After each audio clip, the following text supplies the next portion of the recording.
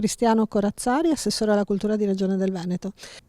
Un tema accattivante, suggestivo, che genera sempre interesse e ci dà anche l'opportunità di scoprire luoghi, storie, leggende, miti. È sicuramente una manifestazione che ha conosciuto un grande successo grazie al lavoro puntuale e salace delle nostre Proloco, l'Umpli Veneto e tutte le Proloco di tutte le province del Veneto che partecipano per rendere possibile tutta una serie di eventi sui territori di tutte le province. Il tema di quest'anno è l'aria e la terra. Avremo la possibilità dal 26 di ottobre di godere di questi spettacoli e abbiamo oltre 70 spettacoli in tutto il nostro territorio regionale e vedremo impegnate quasi 50 Proloco. Quindi che il mistero ci accompagni, ci aspetta Halloween, ma noi abbiamo una tradizione ben più antica che ci lega ai misteri, alle leggende e ai miti, che poi non sempre leggende e miti e non sempre finzione sono, ma molte volte fanno parte del nostro modo di essere, dei nostri valori, della nostra identità culturale. Alberto Tosofei, direttore artistico di Veneto Spettacoli di Mistero. Quest'anno sposiamo il cielo e la terra, dopo essere passati attraverso il fuoco e l'acqua delle ultime 2 edizioni, delle 16 che compongono fino a oggi Veneto Spettacoli di Mistero. E l'aria e la terra raccontano tante storie. Raccontano il mito di Fetonte che incendia il cielo e crea la Via Lattea, racconta di morti insepolti dalle cui viscere nascono draghi, come avvenne a Ezzelino III da Romano, che diede vita al drago Tarantasio dalle sue viscere, poi ucciso da Visconti e per finire sullo stemma di Milano. Raccontano di bimbi morti che salvano la madre perché fermano la mano del padre che vuole uccidere la moglie perché la considera adultera. Raccontano di impronte nei boschi che non devono essere calpestate perché sono le impronte di orchi e salbanei e altrimenti si rischia di perdere l'orientamento. Raccontano di streghe, raccontano di cunicoli, di pozzi parlanti o dotati di lame taglienti, raccontano di tanti segreti che ancora nel Veneto albergano tra terra e aria. La leggenda ha sempre un seme di verità, questo è ciò che noi verifichiamo. Peraltro, quando un intero paese, un'intera comunità crede che quel fatto sia realmente avvenuto, pur non essendo vero, reale e storico, il fatto che ci credano in così tanti lo rende reale, lo rende vero ovviamente, e quindi questo evento si storicizza. Uno degli aspetti dei quali ci occuperemo nel corso dell'edizione 2024, legati alla terra, è il lavoro in miniera. Il Veneto storicamente, chiaramente, nei secoli ha dato molto e anche in termini di emigrazione, magari in tempi più moderni. Racconteremo della fatica moderna e dell'emigrazione, ma nel fare questo affronteremo anche un aspetto leggendario e filologico legato al lavoro in miniera, perché esiste un'intera saga di lingua tedesca totalmente sconosciuta o quasi sconosciuta in Italia, che parla di nani veneziani che vanno a scavare l'oro nelle miniere del nord Europa per la loro ricca città. Ecco, sono decine e decine di storie che quindi parlano di questi veneziani molto particolari e che si finiscono per cristallizzare nel corso dell'Ottocento grazie ai fratelli Grimm. I fratelli Grimm cosa fanno? Fanno quello che fa Veneto Spettacoli di Mistero. Raccolgono, prima di Veneto Spettacoli di Mistero, raccolgono le storie del territorio, le storie popolari, le ritrascrivono prima che vadano perdute perché si trasmettono attraverso l'oralità e le restituiscono a un pubblico di lettori in quel caso. Tra queste storie c'è Biancaneve e i Sette Nani, che è una delle favole credo più conosciute al mondo. Ebbene, i Sette Nani che scavano l'oro nelle miniere nord europee non sono altro che i nani veneziani, i Venediger, che fanno parte di questa saga tedesca così conosciuta. Allora, Rino Furlan, presidente Umpli Veneto. Ma bisogna che ne andiamo orgogliosi perché noi riusciamo, insieme alla collaborazione con la Regione Veneto, che ci ha dato l'incarico tramite un progetto che è il progetto Popolo Veneto, che contiene anche spettacoli di mistero, che quest'anno si svolge in tutto il territorio e quindi in tutte le 7 province, che coinvolge 78 eventi, 44 pro loco.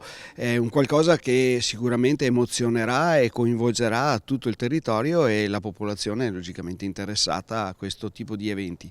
Il grazie logicamente è sentito alla Regione Veneto perché crede in Umpioli Veneto, crede nelle sue pro loco, nel volontariato che permette appunto di ottenere manifestazioni come queste. Ecco. I nostri volontari, le pro loco, sono l'anima pulsante, sono quel volontariato sincero, trasparente, lo dicevo prima che quando abbiamo fatto la conferenza, che ognuno dei volontari toglie spazio a se stesso e alla famiglia per dedicarlo, per creare quella socialità che altrimenti andrebbe persa.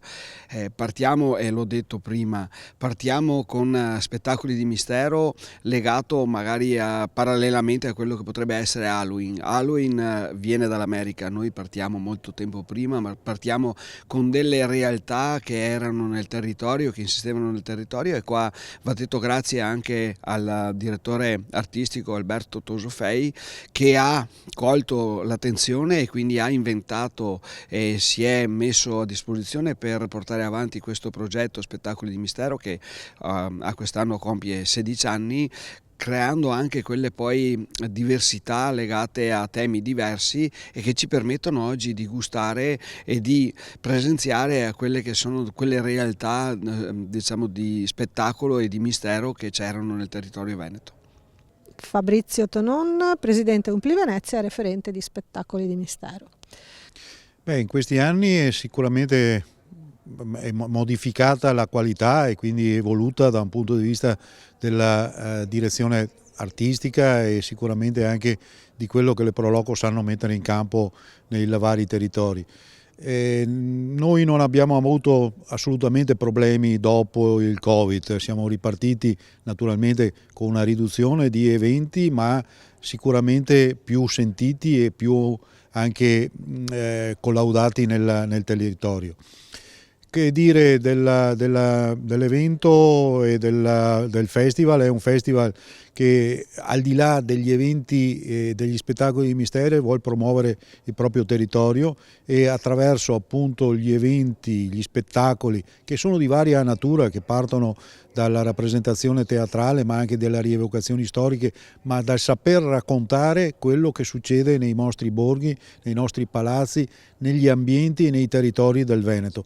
Quindi è sicuramente un festival che è evoluto nel tempo e che si sa anche posizionare da un punto di vista promozionale, non solo turistico, ma anche della valorizzazione degli ambienti e degli attrattori culturali e museali nella nostra regione. Quindi devo dire che chi entra nel nostro sito e sceglie un evento, là dietro a questo evento trova tantissime altre cose come le emozioni ed essere un artefice dell'evento stesso.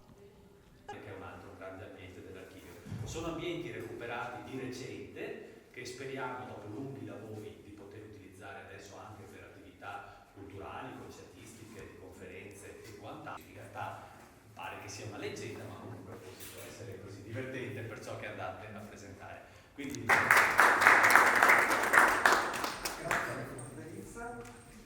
noi ci occupiamo attivamente di leggenda e la leggenda non tradisce la... Innanzitutto buongiorno a tutti, un ringraziamento al dottor Felicia e per sua vece al direttore dell'Archivio di Stato Andrea Arboso per conservata grande memoria della storia di Venezia, della Repubblica Serenissima, quindi da quei tempi, quindi immaginate quanti misteri che possono essere sciolti andando e certamente quindi direi un luogo che si presta perfettamente alla presentazione che andiamo a fare.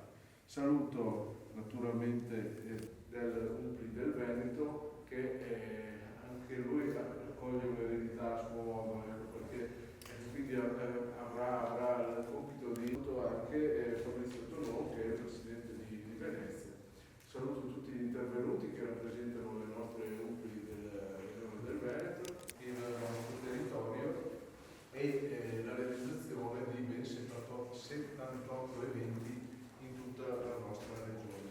Il tema degli spettacoli di visitare, di scoprire storie, tradizioni, racconti, suggestioni, leggende che tante volte divengono realtà, questo è un tema molto realizzate appositamente per questa funzione. il sistema di comunicazione e di trasmissione delle esperienze nel corso degli anni ha cambiato i mezzi però è un tema che non è assolutamente banale, perché innanzitutto ognuno ha una propria percezione del vissuto e della realtà, e quindi l'aspetto del mistero, come ci predisponiamo come persone singoli, come individui o come comunità. Sappiamo poi che attraverso le storie, le leggende, i misteri si consolidavano delle orologi nella nostra comunità. Quindi non si tratta di un argomento assolutamente banale, non si tratta di un argomento solamente. Vediamo tra poco questa nuova festa moderna di Halloween che è legata in modo religione con le celebrazioni religiose. Ecco, quindi io direi che dal punto di vista interinale siamo riusciti a creare quelle notizie, quegli eventi interinali proprio e tra il cielo c'è tutto il Veneto, tutte le cose da raccontare e tutti questi eventi si fanno naturalmente delle storie, dei soggetti interessanti, cui poi Alberto, che è il direttore artistico, dà anche delle indicazioni, delle tracce come sviluppare la cosa attraverso il sito che è www.spettacolidimistero.it, ma non solo, anche attraverso la pagina Facebook che immediatamente tutti gli scenari del nostro Veneto, che possono essere di natura ambientale ma anche valli, boschi e tante altre situazioni, lagune, quindi è chiaro che conoscere, perché questo è importante e fondamentale, perché poi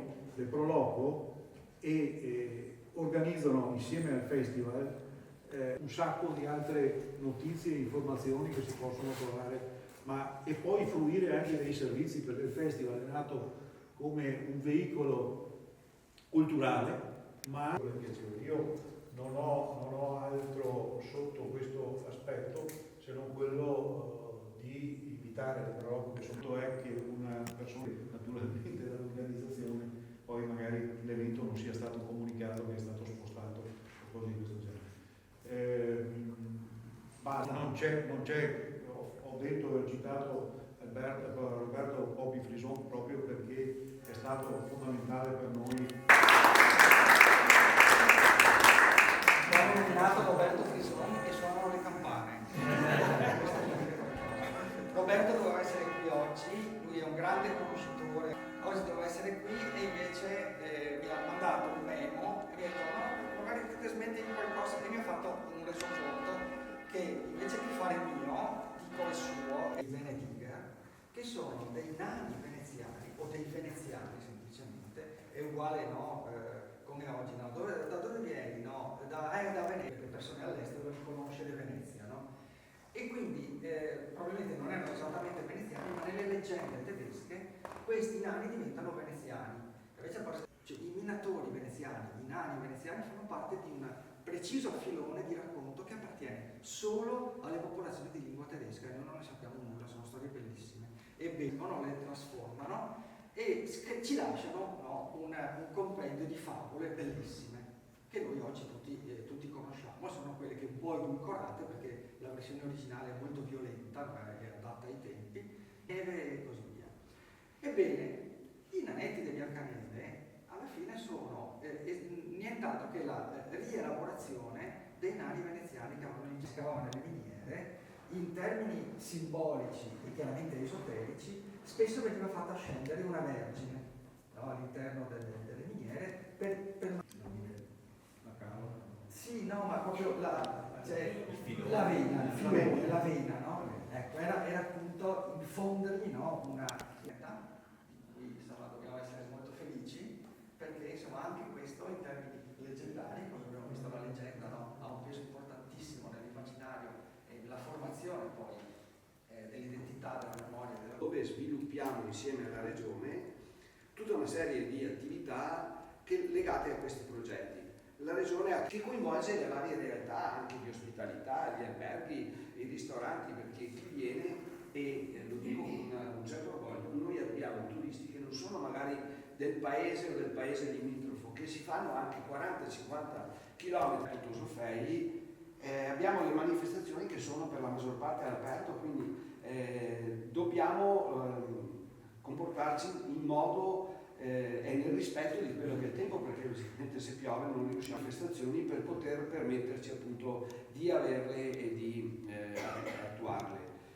Dico grazie ad Alberto Trofei, ma a tutto lo staff, compreso Poppy Frison, compresa la Piera Vibani, ma devo dire la segreteria, perché è giusto citarli, modificano, si adeguano, si sostituiscono, perché logicamente è un lavoro sicuramente non facile per poter mettere in atto, perché poteva esserci la ripetitività non c'è più, perché quest'anno ad esempio abbiamo terra e aria, per cui bravo, perché il direttore artistico ha fatto nascere Spettacoli di Mistero, tramite avanti questo, e lo continuiamo, ha compiuto 16 anni quest'anno, ci auguriamo che ce ne siano tantissimi. In premio, l'ho detto in conferenza stampa ieri, noi partiamo molto prima di Halloween. Noi, le decine che si trovavano nelle stalle, chi doveva tornare a casa poi la paura se la portava dietro fino a quando non aveva raggiunto casa, per cui bravi. Noi con la Regione, e qua ringrazio ancora l'assessore Cristiano Corazzari, ma anche tutte le altre realtà, tutti gli altri assessorati, perché come Umpliveneto con le nostre 500 alle volte rubando spazio a se stessi e alle famiglie per farci vivere momenti di realtà vissuti che si è costruito insieme alla Regione. Quindi grazie ancora all'assessore Cristiano Corazzari per quello che andremo a fare ancora. Io dico grazie con il cuore a tutti. Mi aspetta solo l'ultimo ringraziamento a voi che siete qui presenti e direi che insomma possiamo davvero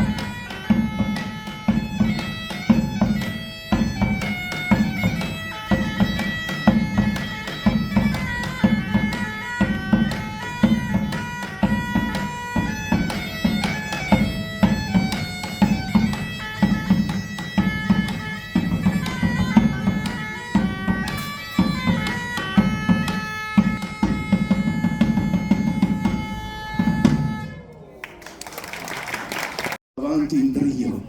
Allora ho aperto il balcone e ho visto le fiamme alte della chiesa e delle case vicine ad essa. Allora mi sono precipitato, mi sono vestito, ho soccorso là nel luogo e ho visto la gente che correva avanti in brio con lo secce di acqua per smorzare il fuoco.